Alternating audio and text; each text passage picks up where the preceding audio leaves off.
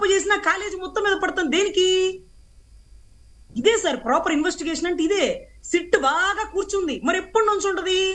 ఎప్పుడు నేరగాళ్ళని పరిగెట్టించేదని రాష్ట్ర ప్రజలు అడుగుతున్నారు. మేము ఒక్కటే స్ట్రైట్ ఫార్వర్డ్ క్వశ్చన్. ఇదే మాదిరిగా అతను చెప్పింది విని రాసుకొని జోగి రమేష్ గారిని పిలిస్తే జోగి రమేష్ గారు రేపు ఇంకొకళ్ళ పేరు చెప్తారు, పార్టీ అధినాయకుల పేరు చెప్తారు. మనం తీసుకెళ్తామా?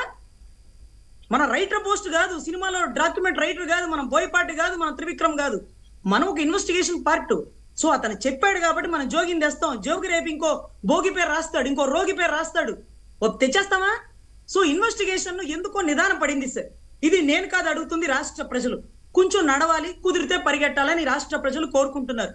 అదే మాదిరిగా గతంలో ఎప్పుడైతే ఈడీ ఎంటర్ అయ్యే డబ్బు ప్రస్తావన వచ్చిందో దాన్ని కూడా వెలుగులోకి తీసుకురావాలి. ఆ డబ్బు ఎవరిది, ఎక్కడి నుంచి వచ్చింది, ఎవరికి పంపించినారు, నోట్లు ఎక్కడ ముద్రించినారు అని ప్రతిపక్ష నాయకులు అడుగుతున్నారు. సో ఎందుకని కామ్ అయిపోయింది? సో ఇది పార్ట్ ఆఫ్ ది ఇన్వెస్టిగేషన్ కదా. వాళ్ళ ముగ్గురికి ఎందుకు బెయిల్స్ వచ్చినాయి, ధనుంజయానికి, కృష్ణమోహన్కి ఎందుకు బెయిల్స్ వచ్చినాయి? వాళ్ళు చెప్పకుండా ఒక కార్యకర్త ఎమ్మెల్యే అవ్వలేడు, ఒక ఎమ్మెల్యే మినిస్టర్ అవ్వలేడు, మినిస్టర్ జగన్ గారిని కలవను లేడు. ఇంత స్కెచ్ ఉన్నటువంటి వీళ్ళిద్దరికి 31, 32లో వేసినారేంటి? మిగతా పేర్లు ఎవ్వరు మాకు తెలియదే, ఐటీ శాఖ సలహాదారులు ఎవరు మాకు తెలియదే, తర్వాత వచ్చినారు వీళ్ళందరూ తెర మీదకి. కానీ వీళ్ళిద్దరు కీ రోల్ కదా. సో ఇటువంటి పరిస్థితుల్లో కేసు తప్పుదోవకు వెళుతుందేమో, కేసు పర్ఫెక్ట్ గా నడవట్లేదేమో అని రాష్ట్ర ప్రజలు అనుమానం, సందిగ్ధం వ్యక్తం చేస్తున్నారు. కాబట్టి దాన్ని క్లియర్ చేయాల్సిన బాధ్యత కూటమి ప్రభుత్వాలది, అధికార వారిది అంటూ కూడా చెప్తున్నారు. సో జోగి గారిని ఇంట్రాగేషన్ చేద్దాం, జోగి గారిని పిలిపిద్దాం. ఆయన చెప్పాడు, ఆయన చేస్తేనే చెప్పినానన్నాడు. జోగి గారు జగన్ గారు చెప్పందే చేయరు కదా. సో జోగి గారు జగన్ గారి పేరు చెప్తారా, ఇంకొకరి పేరు చెప్తారా అనేది వేచి చూడాలి సార్. సో అదొకటి మేడం. అట్లాగే జగన్మోహన్ రెడ్డి గారు మొన్న ప్రెస్ మీట్ లో కూడా దర్యాప్తు అధికారి పేరు ప్రస్తావించారు, ఆయనకు కూడా దీంట్లో భాగం ఉందనే విధంగా మాట్లాడారు. సో దానికి సంబంధించి ఏమైనా ఉంటుందా, ఏదైనా ఉంటుందా, చర్యలు కావచ్చు అట్లాంటివి ఏమైనా కేసు అయినా? కరెక్ట్ ప్రశ్న అడిగారు సార్. ఎప్పుడైతే ఇంట్రాగేషన్ చేసే వ్యక్తి మనల్ని ఆధారంగా పట్టుకొని ఇరికిస్తున్నారు అనుకుంటారో అప్పుడు ఆ ఇంట్రాగేషన్ చేసే అధికారి డబ్బులకు లొంగిపోయి మమ్మల్ని తప్పుగా ఇరికిస్తున్నాడని రామ్ సింగ్ గారి కేసులో మేము చూసినామండి.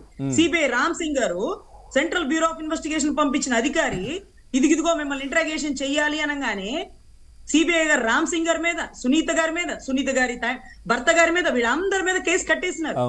సో ఎవరైతే అధికారి నిజాయితీగా పనిచేస్తాడో ఖచ్చితంగా అధికారి మీద బురద చల్లుతారు. పళ్ళున్న చెట్టుకే రాళ్ళు వస్తాయి సార్, పనికిమాలిన చెట్టుకి ఎయిరు. సో ఇతని మీద కేసులు సందిగ్ధిస్తున్నారంటే మోరోవర్ ఇతను మీ పాత్ర ఉందని గాని, లేకపోతే మీరు ఎవరు చెప్తే వచ్చారు వాళ్ళు కూడా వస్తారని గాని, ఈ రోజుకి చెవిరెడ్డి గారికి బెయిల్ వచ్చిందో లేదో మనకు తెలియదు కానీ ఆయన అప్పుడప్పుడు బయటకు వచ్చి ఆయన పెర్ఫార్మెన్స్ ప్రదర్శిస్తుంటారు. సో వీటన్నిటికీ సంబంధించి కోట్లు దక్షిణాఫ్రికాకో సౌత్ ఆఫ్రికాకో పడవల్లో వెళ్ళిపోయినాయా, హవాలాలో వెళ్ళిపోయినాయా, ఎవరి చేతులు మారిని, ఎవరు ఇదంతా చేసినారు? ఈ రోజు కూడా బియ్యం మాఫియా మొత్తం జరుగుతూనే ఉంది రాష్ట్రంలో. అంటే ఇంకా రాష్ట్రంలో కూడా వైసీపీ స్విచ్ చేస్తే ఫ్యాన్ తిరుగుతుందా అండి? అంటే ఫ్యాన్ ఆయన దగ్గర ఉండొచ్చు కానీ ఫ్యాన్ మన దగ్గరే ఉండొచ్చండి, మన కంట్రోల్లో ఉండొచ్చు, కానీ స్విచ్ ఆయన వేస్తాడేమో అని నిన్నటి రోజు కొలికపూడి గారు మాట్లాడుతుంటే ఆశ్చర్యం అవుతుంది. ఇంకా కూడా వాళ్ళ అండర్లోనే ఉందా ప్రభుత్వం? ఒరే పోలీస్ వ్యవస్థ అలాగే ఉంది, అక్కడక్కడ అధికారులు మారలేదు, పాపం మంత్రులు మారినారు, నిజాయితీగా పనిచేయాలని చూస్తున్నారు కానీ అధికారులు మారట్లా. తప్పుడు కేసులు మాఫీ చేయడం. నిన్న మొన్న ఫారెస్ట్ అధికారి కేసు మీరు చూసినారు. ఏవనగా ఎమ్మెల్యే ఉన్నాడు, ఏటుగా జనసేన కార్యకర్త ఉన్నాడు. నిన్నటి రోజు ఏటు ఏవన్ అయిపోయాడు, ఏవన్ ఏటు అయిపోయాడు. రేపటి రోజు కేసు కూడా మాఫీ చేసేస్తున్నారు. అంటే హోమ్ మినిస్టర్ గారు నిజాయితీగా పనిచేద్దామన్నా కింద అధికారులు పనిచేయకపోవడం దౌర్భాగ్యకరం అండి. ఇంకా కూడా స్విచ్ ఆయన చేతుల్లో ఉందేమో, బటన్ ఆయన నొక్కుతున్నాడేమోనని డౌట్స్ వస్తున్నాయి సార్. రైట్. అంకమరావు గారు, మీరు అడిగిన ప్రశ్నలే చాలా